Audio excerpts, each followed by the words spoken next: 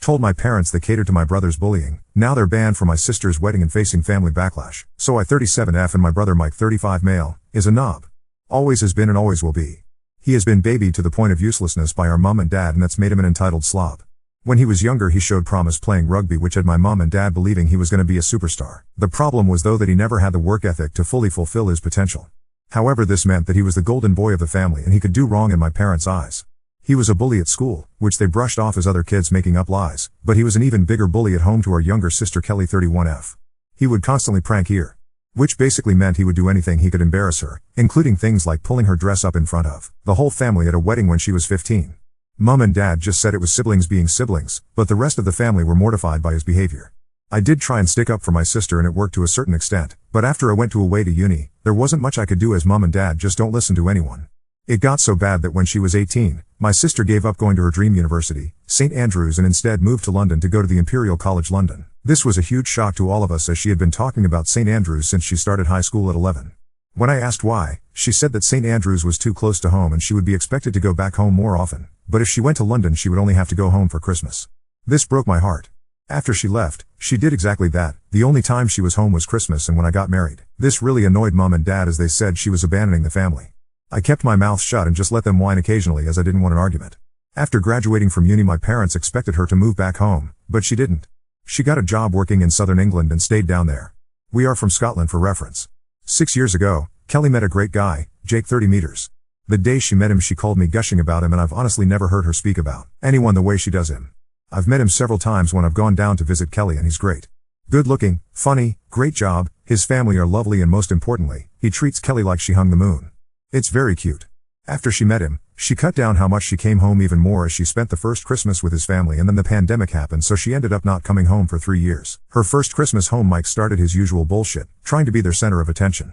When it didn't work out as well as he wanted, as most of the family were more interested in getting to know Jake, he then tried to prank Kelly. He got a big bowl of water and was going to pour it over her. Jake saw what was happening and stepped in front of Kelly telling Mike to not even think about it. Side note, Jake is 6'3" and has been doing martial arts since he was 4, so he can be very intimidating when needed. Mom and dad tried to play it off as a harmless prank, but Jake was having none of it. Mike started whining about it just being a prank and Jake told him that if he pranked Kelly one more time, he would prank Jake by putting his foot up his arse and his fist down his throat. Kelly and Jake left about an hour later, but after that Mike, Mom and dad all had an issue with Jake. Kelly hasn't been back home since. That leads us to now, Kelly and Jake are getting married. They sent out invites in February for August. However, they didn't invite Mike. Mom and dad are obviously incensed by this and had a huge argument with Kelly. They threatened not to go, and Kelly just said no problem she would get granddad to walk her down the aisle. I went around to their house on Saturday with my kids. Immediately my mom started complaining about Kelly and the wedding. I sat and listened for a while before it had enough. I asked her what did she actually expect? Her and dad have allowed Mike to be the golden child and get away with everything. Because of that, he can't keep a relationship, due to him thinking everyone should do everything for him. He can't hold down a job because every job is beneath him and he's still living at home with zero prospects in life. The man-child is a bully who I don't trust to be around my children unsupervised. He bullied Kelly for most of her teen years and her only escape was to move over 400 miles away and never come home. My mom got very quiet and then asked me to leave. A few hours later my dad called going mad because I'd upset my mom and was taking the side of an ungrateful little girl instead of my parents who gave me everything. This started a huge argument between me and him where I told him he'd been a crap dad to Kelly and didn't deserve to walk her down the aisle. I've just had enough, but now I've got extended family members telling me I've gone too far as my mom is barely speaking to anyone and keeps crying. My granddad said it was about time I told them off, but my grandma is upset by all the arguing. So Ada for telling my parents that they sucked at parents and deserve to be kicked out of my sister's wedding? My sister isn't changing her mind, they aren't going to the wedding no matter what, she only invited them as she thought it was the right thing to do in the first place. So, granddad will be walking her no matter what. We go to my husband every other year, so that might just become an every year thing. Update 1. There were a few things that came up repeatedly so I'll address them first. The pranks only started after I had left and gone to uni. He would say things to Kelly and I would have a go back at him when we were younger, but it wasn't anything more than that until after I'd left home so there wasn't anything I could really do to stop it. I did speak to our parents, but they're useless. Second thing was about my kids. I didn't bring my kids around them very much as they didn't like going to my parents' house.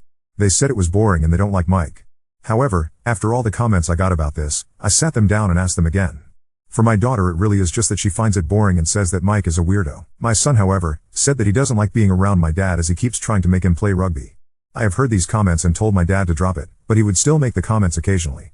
I had no idea that it was upsetting my son though, so this surprised me. My son doesn't like sports, be it watching or playing. He's very much like his dad in that regard. He's a Pokemon kid, playing online and goes every Thursday evening to play in a tournament at our local card shop, so rugby is an absolute no-go for him. The third thing was about security at the wedding. I spoke to Kelly and Jake said that 2 of his groomsmen are police officers who are aware of the situation, so that won't be a problem. Lastly, there was a lot of comments about Mike being the golden child. For a bit more backstory, he wasn't really the favorite until his talent in rugby came to light. After that, he was special and had to be treated that way. I think he was seen as mom and dad's way of being special themselves within the family as they had such a super talented child. Anyway, today, I decided to sit down with my parents and tell them I needed a break from them. When I got there, my dad immediately wanted me to apologize to my mom, but I said that wasn't going to happen. There was a bit of back and forth between him and I, until my mom stepped in and asked why I was there if not to apologize. I told them that I'd spoken to Kelly and she didn't want them at the wedding at all. That they needed to stay away and respect her decision. They weren't happy but said they wouldn't go where they weren't wanted. I then told them I wanted space until after the wedding as I couldn't keep being around them and keeping my mouth shut. I thought that space would be good for all of us. My mom wasn't happy and started on about seeing my kids. I told them the truth. My kids hated coming to their house and told my dad exactly why my son doesn't want to be around him. He got upset by this and said that rugby would be good for him. I shut that down and said I'm not going to force my son to do something he does want to and something I know he will hate. I also told him that if I hear him mention it around my son again then he won't see my son again. Right now they will only be seeing my kids at family events, so I'm hoping that it won't be a problem. I then asked them what their long-term plan was with Mike. Are they going to keep things the way they are until they're 90 and mom will still be making all his meals? What happens when they're gone? Who will look after him because it won't be me? What happens if they get ill? Who will look after them? Mike is incapable. Kelly lives down south and I plan on moving back to my husband's hometown, 3 hours away once the kids have left home, so I can't do it. They just looked at me blankly. I really don't think that they had ever even thought about any of that before. I told them they had set Mike up to fail and now they needed to deal with it. I also told them I knew that they were leaving everything to him in their will, but that with how they have babied Mike, he would blow through that money in less than a year and then what? I could see the panic in my mom's eyes when I said that. She either hadn't thought about it or she thought I would look after him, which she now knows isn't going to happen. I also think she was shocked that I knew about their will. After me telling them what low contact with me was going to look like going forward and them not being happy about it, I left. Hopefully I've given them a lot to think about. I will check in with them from time to time, but that's all right now. I'm going to visit Kelly in the next couple of weeks, so I'm looking forward to that. My extended family have also backed off after I sent them all a text saying if they were so concerned about my mom then they could be her support system and deal with Mike the same way Kelly and I have had to for years. Not surprisingly, none of them wanted to. Otherwise, I'm going to just try and get on with things as normal. Some people inherit their parents' house, and through good financial planning and healthy financial habits, they manage to keep the house for future generations. Other people, after being cosseted all their lives and being gifted a modest fortune or home, blow through it in a year, or 2 or 3, and end up having the property seized for failure to pay taxes, or for not keeping up the property, or it gets seized by the bank because the new owner decided to get a home equity loan for some quick cash and forgot to make the monthly payments.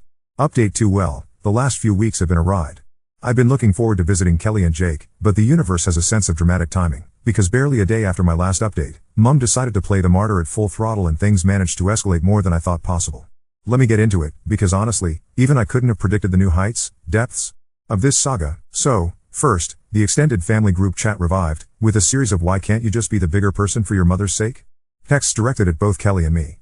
Apparently, at a recent Sunday lunch at my parents' house, Mom broke down sobbing over the fractured family. Mike, ever the emotional genius, apparently told her that if he wasn't wanted anywhere, he might as well move to Spain or something, and flounced out, slamming the door. News of the Spain threat somehow reached one of my aunts, who called me, half convinced he was moments away from running away. Mike can barely organize a train ride, let alone emigrate, but a drama queen must have his stage. A few days later, Mom called me, in fine form. She actually opened with, I hope you're happy. Your sister has ruined your brother's mental health. He's talking about moving out and we don't even know what he'd do to himself. As quickly as she switched on the guilt trip, she went cold, trying to wring any information about where Kelly was having her hen weekend. Spoiler, not Scotland, not anywhere they could show up. I told her if Mike was seriously struggling, she should help him see someone, not try to guilt Kelly. She then shifted into accusing me of scheming to cut them out and steal Kelly for myself, as though Kelly is some sort of prize rather than a grown woman who's been clear about her boundaries for a decade. I said I wasn't going to talk about this again and rang off. 2 days after that, things officially blew up. My husband came home early from work, looking frazzled, with my kids in tow. Apparently, Mom had shown up unannounced at my son's school pickup. She hadn't caused a scene, but she'd intercepted them and tried to talk my son into coming round to watch a Scotland rugby match and been quite forceful about it. My son, bless him, just said, no thank you, Grandma, and my husband arrived right then. This crossed my last line. I sent her a text making it clear that if she ever did anything even close to this again, I'd be going no contact and would seek advice about her showing up uninvited at the school. That same night, the other shoe dropped. My grandma, Dad's side, called, nearly in tears, asking if I could come to her house. She just had my dad around, ranting about how I was brainwashing everyone, and she didn't know what to do. When I got there, Dad had left, but she looked so sad it almost undid me. She told me she's worried about both my parents now. Your dad's angrier than I've ever seen, your mom's barely eating, and Mike, well, he's sleeping till noon and then going out all night, and they're at their wits' end. Here's the thing, for so long, I felt like I need to be the peacemaker. But sitting there with my grandma, two things crystallized. 1, my parents built this house of cards, and 2, Kelly and I are both adults now, and I have my own family and my own happiness to protect. I told Grandma that none of this was fair to either me or Kelly, that we had both tried, for decades, to keep things civil, but it was always on their terms, and nothing ever really changed. She listened, nodded, and then she did something unexpected. She said, if you and Kelly can't make peace with them, maybe that's not your fault. Maybe the generational tides are shifting after all. Fast forward to the next weekend, Kelly and Jake's wedding planning trip, which I'd been looking forward to for weeks. When I arrived, child-free this time, we had wine, Thai food, went through playlists, and got properly silly. For the first time, I caught a glimpse of my sister fully relaxed, like, all the tension wrung out. We talked about the wedding guest list, and the new crisis, Mike, via a cousin, threatening to crash the wedding to prove a point. You cannot make it up. The same Mike who, minutes ago, was fleeing to Spain, is now threatening to bust up the event, and cousin Lee, ever the neutral party, texted Jake with a friendly warning. This prompted Jake and Kelly to call the venue and, after explaining the situation, got reassurances that Jake's police officer friends would serve as unofficial security, and that if Mike steps foot on the property uninvited, he'll be escorted out. Kelly just said, he can try, but he won't get past Tom or Austin, and for the first time, laughed about it. Then, and this is surreal, the next day Kelly's phone blows up. Mom, from Dad's phone, sent a barrage of texts with old family photos, with captions like remember when we were all happy? And we'll be thinking of you on your special day, wishing we could be part of your life. Emotional blackmail in JPG format. Jake offered to text something back, Dear Mrs. X, please refer to previous instructions regarding wedding attendance, but Kelly decided to ignore them. We sat on the sofa, clutching glasses of cheap Prosecco, scrolling through photos of our parents looking young and smug, and agreed, these people will not let go without a scene. Later that afternoon, the wedding conversation got serious. Turns out, Kelly's been in talks with a therapist, not for herself, but for our parents. She's worried about how they'll cope after the wedding, especially if Mike finally does move out. He won't, he loves their heated towel rail too much. She asked if I thought she'd done the wrong thing by cutting them out for good. I told her the truth. No, you did the only thing you could. And maybe it's time Mom and Dad realized children are not insurance policies against loneliness. We decided we'd present a united front. Any drama, any boundary stomping, would be met with consequences, not apologies. The next big twist came yesterday. Jake called in a flurry, saying someone had tried to call the venue pretending to be Kelly, apparently fishing for details on the timing, the entrance plan, the decor, for family reasons. Venue staff immediately clocked it, fake accent, wrong email, asking weird questions about menu choices, and flagged it with Jake. An hour later, Mike's Facebook updated, bag packed, passport on display, and a KG status, def gonna have a better summer than some people, see you in the sun. Q3 ants texting me congratulations for helping Mike find his independence at last. Honestly, if he manages to make it past Luton I'll be shocked, but at least it will keep him out of the country on the wedding day. So, here I am, relieved, a bit shell-shocked, but oddly optimistic. Kelly is thriving, the wedding will be safe, and, though my parents are reeling, I think the dust is finally settling. Time will tell if Mom ever really accepts it, or if Mike even survives a Ryanair flight without someone holding his hand. In the meantime, my kids are the happiest I've seen them in ages. My youngest has orchestrated a weekly Pokemon night, my son brags to everyone that he never has to play rugby again, and my daughter has started calling our low-drama house her favorite place in the world. My only regret is that it took until now for the boundaries to actually hold, but for the first time in years, I feel like we're building something healthier, even if it means letting the past burn. For the first time, Kelly and I are laughing at the madness, planning for the future, and finally putting our own families first. Update 3. Well, if I'd thought things couldn't get more surreal, I really underestimated the combined forces of my parents' denial, Mike's flair for melodrama, and what my husband has started calling the boomerang effect, i.e., each time you think you've thrown them out far enough, they spin back in with twice the energy and half the logic. 3 weeks until the wedding, and the tension in the family group chat moved from dull hum to DEFCON 2. After Mike's See You in the Sun Facebook melodrama, I'll admit I checked EasyJet's departure board just in case. Multiple relatives were convinced he'd hit Ibiza and be lost to a life of beach clubs and self-pitying Instagram stories. But what actually happened? On the Friday morning, my parents were seen by a neighbor wrestling an enormous suitcase into the back of the car and arguing about airport parking. Apparently, Mom had driven him to the train station, watched him bluster his way onto the Aberdeen train, waved off like he was Shackleton embarking for Antarctica, and then, by 2 p.m., I see a notification, Mike tagged you in a post. Reader, it's Mike, at a Travelodge in Newcastle, eating Greggs, claiming he needed a night to think before heading south. The photos, a half-eaten sausage roll and a bottle of WKD Blue. This is his Mediterranean escape. Meanwhile, I had my hands full with Grandma, who'd insisted on taking me out for a coffee to talk about the will. Coffee turned into a tearful 3-hour confessional. She's petrified that Mom is losing touch with reality, as she started carrying framed family photos with her everywhere, for comfort, and Dad now rants to anyone who'll listen about losing both daughters in one fell swoop. She confided that Mom had been logging into Kelly's public wedding website daily, hoping something would change. Apparently, on the latest visit, she asked Grandma if she could borrow something old, but sad, for the day of the wedding, to remind everyone of what's been lost. It's like an Oscar bait family drama, except with fewer epiphanies and more passive aggression. Kelly, meanwhile, is a force of nature. She's been fielding apologetic texts from various cousins, sorry about Uncle Mike, we know he can be a pain, and updates from the venue about increasingly bizarre phone calls. What color will the table runners be? Asking for the bride's father. She decided enough was enough, called the head event planner, explained the family dynamic, and received the sort of "I've done Russian oligarch weddings and once ejected a goat from the dance floor, your brother does not scare me" confidence that only comes with catering 20 years of village drama. Then came the coup de grace. Mom emailed me a final plea, a 10-paragraph tome with subject line "Before it's too late." It opened with, "You may think you know everything, but you'll never understand a mother's heartbreak." It then segued into, "We only ever tried to give you all the support possible, but you girls never needed us the way Mike did. Does that mean we're bad parents?" In the middle was an itemized list of every birthday party she'd ever thrown us, and it closed with, "One day you may need family too. Think before you cut us out for good." What tipped me from exasperation to gallows laughter was the attached PDF, a framed poem about forgiveness, with floral borders. I didn't respond, and 3 hours later she upped the ante by texting both my son and daughter directly. "Grandma still loves you. If you want to call or visit, anytime, you know how to reach us. We have special new snacks in." I saw the messages on my daughter's iPad. My daughter, bless her, came to me and said she didn't want to reply because I don't even like their snacks. "Mom, they don't have the good biscuits." My kids, more emotionally mature than half my adult relatives. Jake, meanwhile, has entered battle mode. He met me and Kelly at their house after one of the more bizarre cousin run-ins. Cousin Lee tried to hand me a USB stick with family photos for Mike's healing at Tesco, and calmly outlined contingency plans. 2 legitimate security staff added to the wedding, 3 off-duty policemen as guests, and a backup minibus to whisk us to a secondary venue if Mike and or parents pull a stunt. He's also quietly compiling what he calls their crazy file, a log of every attempt at emotional sabotage, just in case the drama spills into legal territory. 2 days ago, the true showstopper, a handwritten letter arrives at my house, addressed to me in my mother's swirly script, but inside there's also a note from Mike. The gist: "I am sorry if my actions hurt people, but I just want to be included. This isn't how family is meant to be. Maybe one day you'll forgive me. In the meantime, I'm sure this wedding will be boring without me." It's simultaneously both the most self-pitying and passive-aggressively threatening thing I've ever read. He includes a photo of himself in a Spanish football shirt, sitting on a bench near what I swear is the Aberdeen seafront. But here's the real twist: Kelly's hen weekend.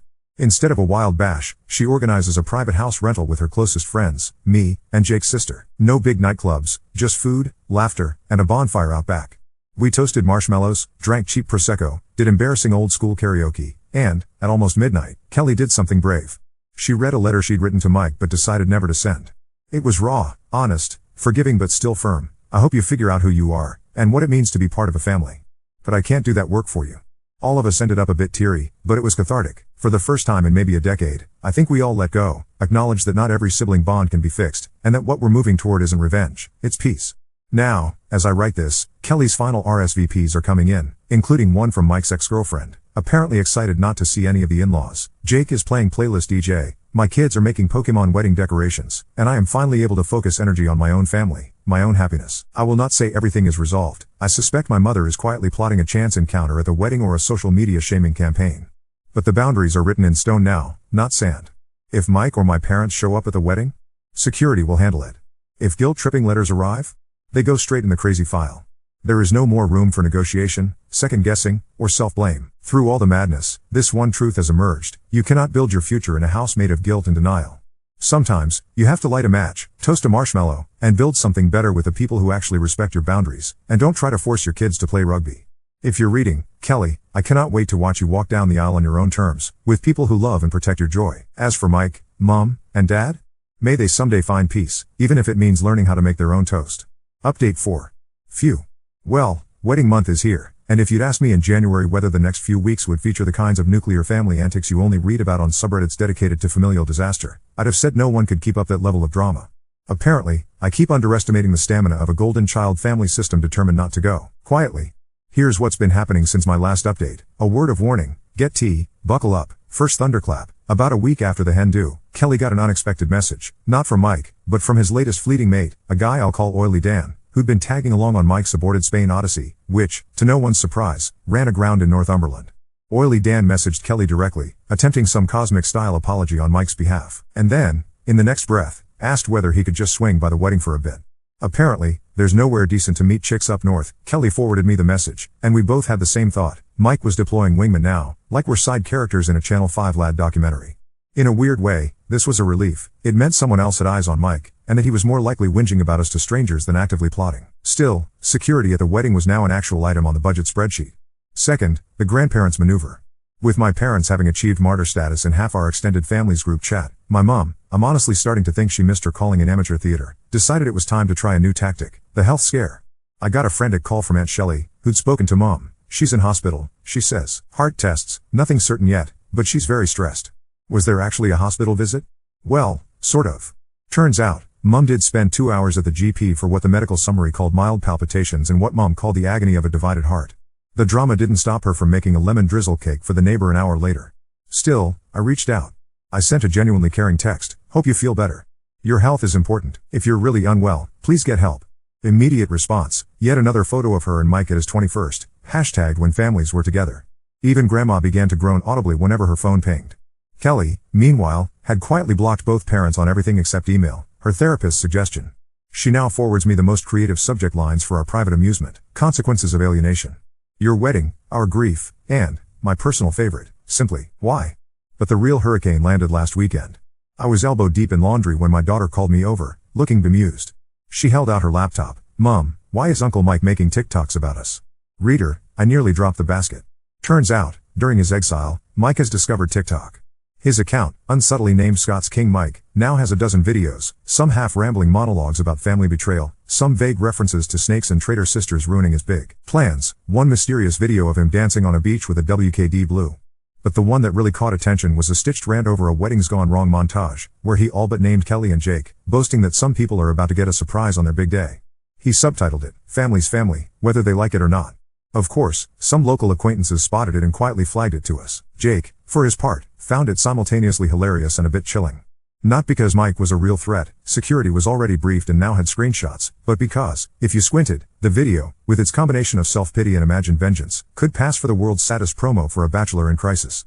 We all agreed to treat it with the respect it deserved. We had an over-30s TikTok tutorial with Prosecco and, after a lot of giggling, blocked him from all our feeds. Meanwhile, as wedding prep entered final furious phase, another twist, the venue called. A Mr. Smith had phoned, asking if there were still rooms available for close family who might want to reconcile on the day. When politely rebuffed, he shouted, I know my rights, and demanded to speak to the manager of the bride. The venue was fantastic, keeping logs, recording calls, even emailing us the details in case it was needed with the police. The whole thing would be farcical if it wasn't so predictable. But here's the kicker, Mike didn't just stop at TikTok and prank calls. His pièce de resistance came in the form of a group email, subject line a family plea for reunification. It went to everyone, me, Kelly, Jake, Mom, Dad, Grandma, even some extended cousins who haven't spoken in years. It was as long as a novella and even less coherent. There were paragraphs of self-pity. I always thought my sisters loved me, but turns out blood isn't thicker than weddings. Attempted logic. I may have made mistakes but no one is perfect and maybe Kelly is the one who needs to grow up. Not so subtle threats. It would be a shame if something happened to ruin the best day of your life. Karma is real. And, for good measure, a misspelled quote from The Godfather. Family group chat nearly combusted. Grandma replied within 5 minutes. Mike, learn to say sorry properly. That's all anyone wants. She's my hero. Jake called a wedding war room at their place. We made the official call to send a legal no trespass letter to my parents and Mike, attached to the venue's policies, and copied his police friends. All were hand-delivered, by Jake himself, the most polite eviction notices in wedding history. Then, unexpectedly, things changed. Mom stopped texting, went silent on social media, didn't answer Grandma's calls. Dad did the same. Instead, about 5 days ago, we received a single, curt letter from Dad. We respect your wishes. We will not be attending your wedding. We hope you know we did our best. It was the first time in literal years Dad has communicated without accusation, manipulation, or a demand. Kelly cried, not just from relief, but because it felt, a little, like the end of something. The wedding is now 10 days away. RSVPs are in, and no more drama cousins or ominous Smiths on the list. Even Mike, out of TikToks, seems to have retreated, apparently on a digital cleanse, i.e., banned for breaking community guidelines. Grandma is still coming and is already hiring a neighbor to water her garden just in case someone tries to sabotage her plants in a fit of pique. Her words, not mine. We are ready. The playlist is finished, Pokemon theme included by popular demand. The cake has more fondant Pikachus than flowers. I have calmly, for the first time in ages, bought a new dress without worrying about a spilled drink or a family scene. My son is practicing his toast, my daughter hand making a sign for the entrance. No rugby, no drama, just love. And, this is the crazy bit, I woke up for the first time in years without that gnawing anxiety that something will go wrong. If it does, we'll handle it, because, in the words taped to our fridge by my very wise daughter, people who can't learn to be kind lose out on the best adventures. I don't know what will happen with my parents or Mike after this. Maybe radio silence, maybe a reboot of the Emotional Guilt Olympics. But it no longer feels like my job to fix it. Kelly will get her wedding, the one she's fought for, on her terms. We get to dance, to love, and for one glorious day, live free of old family chains. If, and it's still an if, there's fallout, I'll be ready. But something has changed. This isn't just holding firm, it feels, finally, like moving forward. And if you hear anything in the news about a lone man in a Spanish football shirt and a blue vodka storming a Scottish wedding, rest assured, we've got it covered.